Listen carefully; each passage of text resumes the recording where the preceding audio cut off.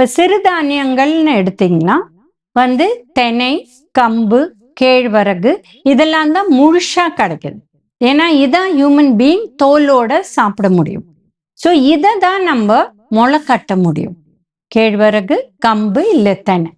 இப்போ டயபெட்டிஸ் இருக்கிறவங்க தெனை இல்லை கம்பு இது 2 தான் அவங்களுக்கு பெட்டர். இதை தவிர சாமை, வரகு, குதிரவாளி இந்த மாதிரி பல விதமாக கிடைக்குது. இதெல்லாமே பாலிஷ்ட் மில்லட்ஸ். இதில் குதிரவாளி வேணா டயபெட்டிஸ் கொஞ்சம் சாப்பிடலாம். பட் சாமை, வரகு அவங்க சாப்பிட்றது நல்லது கிடையாது. இப்போ டயபெட்டிஸ் இருக்கிறவங்க தினையில இட்லி, கம்புல இட்லி இது 2ம் பண்ணி தாராளமாக சாப்பிடலாம். கேழ்வரகு முன்ன காலத்தில் யூஸ் பண்ணிட்டு இருந்தாங்க. பட் ரீசன்ட் சயின்ஸ் என்ன சொல்லுதுன்னா இதில் கிளைசமிக் இண்டெக்ஸ் ரொம்ப ஹையாக இருக்கு. அதனால ரொம்ப அதை கூழ் அந்த மாதிரி யூஸ் பண்ணாதீங்க. தோசை மாதிரி யூஸ் பண்ணால் பெட்டர். பட் ஒயிட் ரைஸை விட இது கொஞ்சம் தேவையில்லை.